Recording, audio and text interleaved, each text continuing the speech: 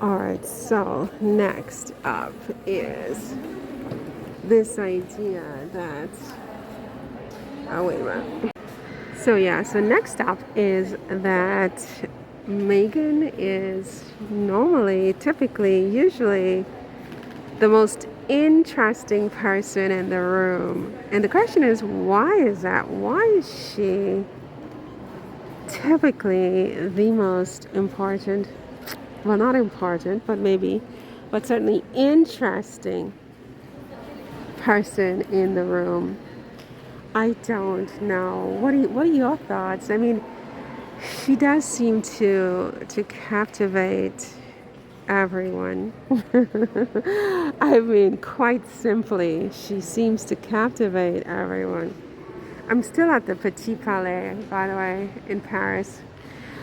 It's a free museum. The permanent exhibition is free all year, so it's a great place to come to. Today, it's particularly crowded. It's a crowded room, but it does lend for this video of why Meghan is the most interesting person in the room, typically.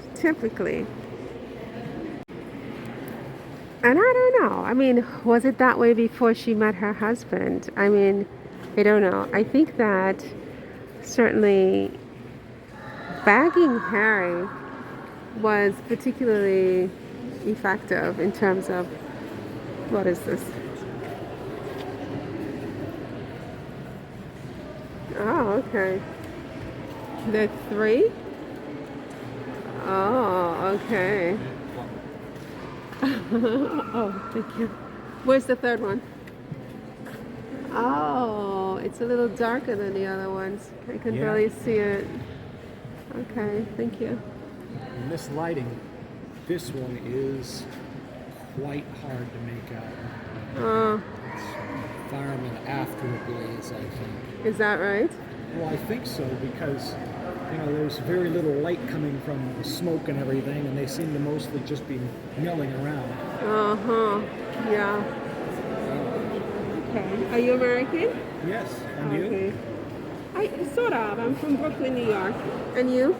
Which state? Olympia, Washington. Washington. Are you a student here? Yes, for only a couple more weeks. Okay. An American university?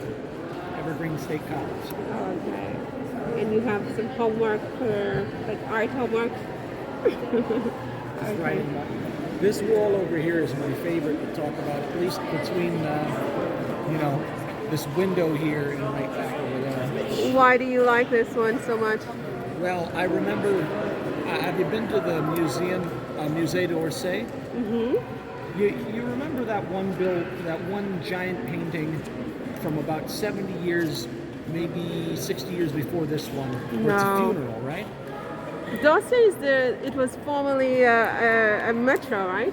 Yeah, yes, train station. But the tracks are actually still in use underneath it. It's just an RER station. Okay.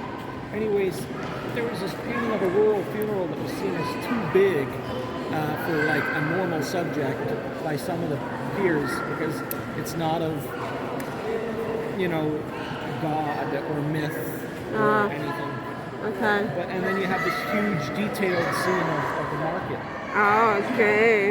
And then right next to it, The quintessential French market. yeah, Yeah. you have, brand new life, people working, unloading a cart, this big market, very strong washerwomen, and then below it you have paupers waiting for the soup line. Oh, and wow. The contrast is so interesting to me. Oh, I never thought about that. I really never thought about that. Like bright detail, lively people, dark, muddy, their eyes are sunken, you can't see their eyes. Yeah, they're hungry. They're stooped and elderly and miserable. Well, maybe they're just hungry and cold. Well, I say elderly, I just mostly focus on that couple in the center, the lady in the red and the gentleman with the beard. Oh, wow. My God, are you an art student? Not really, I'm just a writer. I talk a lot of bullshit. Okay. I was asked to. I was asked, It's funny. what does art of this period say about labor and gender and Oh. What do you think pleasure? it says? Labor is good. Labor is good. It makes you kind of happy. Labor is good. It's it's good for your body. It's You feel useful. you feel useful. I Yes. mean, there's beauty and like look at the muscle tone on those ladies up there, the washerwomen, Right. and like the vitality in these people. Yeah. And then you see And then here. the needy and the crippled are just sort of they look like ghosts getting on the ferry boat to go over to across the river Styx. Oh my God. Okay. Well, I actually think you have a point in that it's many different contrasts on this wall that are very interesting.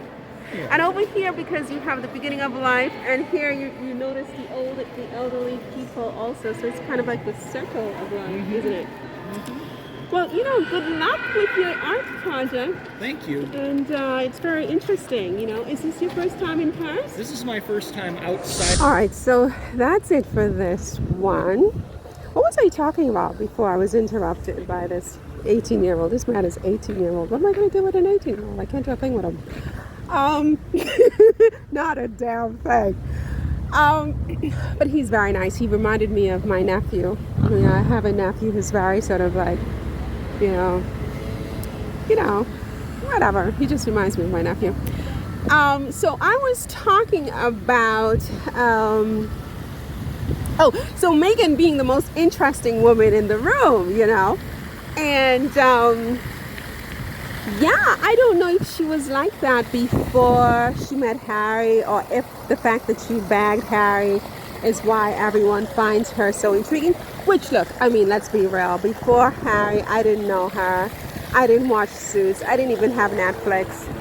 I got Netflix because of her, actually. And, the fact that she bagged Harry makes her intriguing. Yeah. She probably was obviously intriguing before that, but pulling that off, that's a big deal. That's a big deal. And then you take a second look, and then a third, fourth, fifth, sixth, and then you just can't look away. Like, wow. Anyway, you guys, I have to go. I think I want to walk home, and that should be about an hour or so. And so yeah, see you in the next one. Oh, I didn't answer the question, did I? Why is she so? Why is Meghan the most interesting woman in the room? Again, I think because she is Meghan, but also because she bagged Harry, and for the rest of her life, people are going to be fascinated with that because that was just not supposed to happen. You know what I mean? It was just not supposed to happen. That's why. Anyway, my darlings, see you in the next one. Take care. Bye.